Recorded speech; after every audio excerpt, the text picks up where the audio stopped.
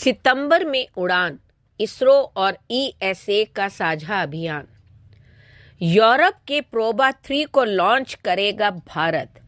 क्या है ये प्रोबा 3 मिशन, क्या है इसका उद्देश्य और किस तरह से ये जो है पीएसएलवी या इसरो का इस्तेमाल करता है।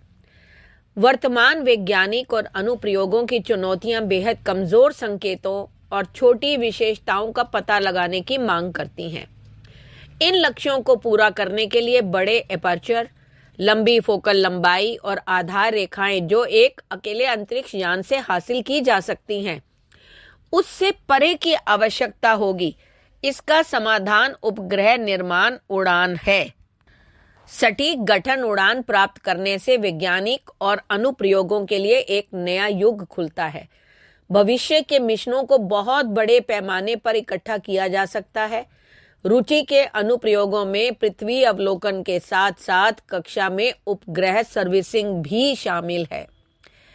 देखो, हाल के वर्षों में यूरोप ने बहु उपग्रह मिशन के क्षेत्र में उल्लेखनीय प्रगति की है, ये सब हम जानते हैं।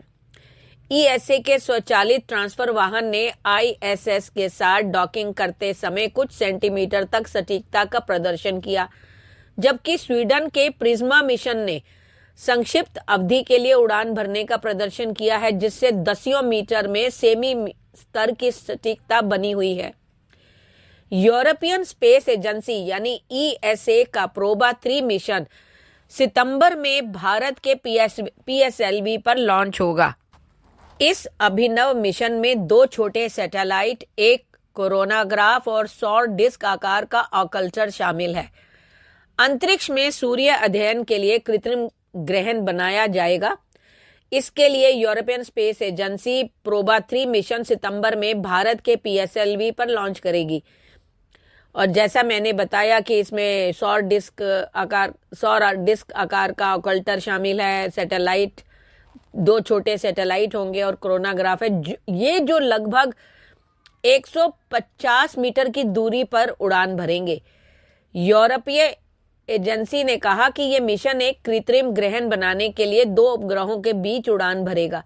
यह कोरोनाग्राफ के टेलीस्कोप पर अपनी परछाई डालेगा। इससे सूर्य का सीधा प्रकाश अवरुद्ध हो जाएगा। इससे कोरोनाग्राफ को एक समय में कई घंटों तक पराबैंगनी और ध्रुवीकृत प्रकाश में धुंधले सौर कोरोना की छवि बनाई जा सकेगी।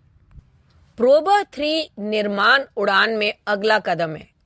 विश्व में प्रथम के रूप में इसके 2 उपग्रह जो है अंतरिक्षयान और ऑकल्टर अंतरिक्षयान, ये एक समय में 6 घंटे तक 144 मीटर या उससे अधिक की दूरी पर कुछ मिलीमीटर और चाप दूसरी सटीकता तक गठन बनाए रखेंगे। वास्तव में यह जोड़ी एक आभासी विशाल उपग्रह का निर्माण करेगी और यह जमीनी मार्गदर्शन पर निर्भर हुए बिना स्वायत्त रूप से हासिल किया जाएगा। दोनों छोटे उपग्रहों को 2024 में एक स्टैक कॉन्फ़िगरेशन में अत्यधिक अंडाकार कक्षा लगभग 59 डिग्री झुकाव पर 600 × 60,530 किलोमीटर समझ लीजिए में एक साथ लॉन्च किया जाएगा। एक छोटी प्रारंभिक अवधि के बाद दोनों उपग्रहों को अलग किया जाएगा और एक सुरक्षित सापेक्ष अग्रानुक्रम कक्षा में स्थापित किया जाएगा। कमीशनिंग अवधि में मिशन के टकराव से बचाव, पैंतरेबाजी का प्रदर्शन शामिल होगा, जिससे यह सुनिश्चित होगा कि उन्हें टकराव या एक दूसरे से दूर भागने के लिए के जोखिम के बिना कक्षा में सुरक्षित रूप से छोड़ा जा सके।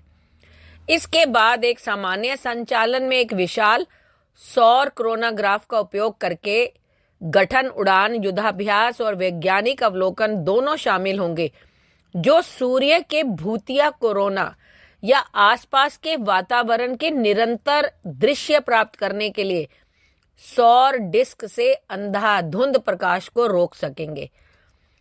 संपूर्ण कक्षा में गठन को बनाए रखने के लिए ईंधन की लागत बहुत अधिक होगी, इसलिए प्रत्येक कक्षा की अपोजी में यह 6 घंटे के गठन उड़ान, युद्धाभ्यास और शेष कक्षा को निष्क्रिय सुरक्षित बहाव में विभाजित किया जाएगा।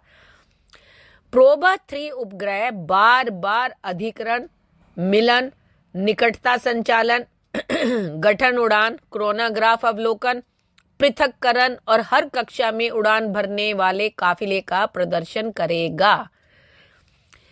इसके प्रोबा 3 जो है वो अंतरिक्ष में रणनीतियों, मार्गदर्शन, नेविगेशन और नियंत्रण और सापेक्ष जीपीएस नेविगेशन जैसे अन्य एल्गोरिथम को मान्य करने के लिए एक प्रयोगशाला होगी, जो पहले ग्राउंड सिमुलेटर में आजमाया गया था। प्रोबा 3 के फ्रेम में विकसित ये तकनीकें और सिमुलेटर अब अधिक व्यापक रूप से उपलब्ध होगा, जो भविष्य के मिशनों की तैयारी में सहायक बनेंगे। मिशन फॉर्मेशन फ्लाइंग करने के लिए मेट्रोलॉजी उपकरणों जैसी प्रमुख तकनीकी को भी मान्य करेगा। मिशन में अंडाकार कक्षा में सहकारी और असहयोगी के लिए सेंसर और एल्गोरिदम का परीक्षण करने के लिए एक मिलनसार प्रयोग भी शामिल है। इस तकनीक का उपयोग भविष्य के मंगल नमूना वापसी मिशन और कम पृथ्वी कक्षा में उपग्रहों को डी ऑर्बिट करने के लिए किया जाता है। मिशन का जो कार्यान्वयन चरण जो है वो जुलाई 2014 में वैसे तो शुरू हो चुका है। अब ESA ने कहा कि लगभग 150 किलोमीटर की दूरी पर तंग संरचना में उड़ान भरते हुए आकल्चर सटीक रूप से क्रोनोग्राफ के दूरबीन पर अपनी छाया डालेगा और ये कई घंटों तक दृश्य पैरा बैंगनी और ध्रुवीकृत प्रकाश में धुंधले सौर कोरोना की छवि बनाने की अनुमति देगा। प्रोबा 3 बनाने वाले दोहरे उपग्रह वह पूरा करेंगे जो पहले एक अंतरिक्ष मिशन असंभव था। एक मंच से दूसरे तक एक सटीक छाया डालें। इस प्रक्रिया में उग्र सूर्य को अवरुद्ध कर दिया जाए। लंबे समय तक इसके भूतिया वातावरण का निरीक्षण करें। वैज्ञानिकों को उम्मीद है कि प्रोबा 3 का अनोखा सुविधाजनक बिंदु कोरोनल मास इंजेक्शन यानी CME की उत्पत्ति में नई अंतर्दृष्टि प्रदान करेगा और सौर सामग्री का विस्फोट जो पृथ्वी पर उपग्रहों और पावर ग्रिड को बाधित कर सकता है।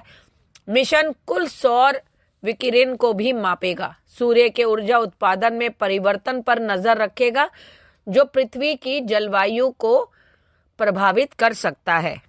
एक बात बता देती हूँ कि इसरो के पास अभी 60 प्रोजेक्ट हैं इस 2024 में पूरा करने के लिए, जिसमें से एक ये सूर्य अध्ययन यानी प्रोबा 3 जो है वो लॉन्च करेगा, जो कृत्रिम ग्रहण बनाने के लिए तैयार है। तो हेड्स ऑफ टू इसरो। कम से कम इन वैज्ञानिकों के नाम एक लाइक तो बनता ही है। धन्यवाद।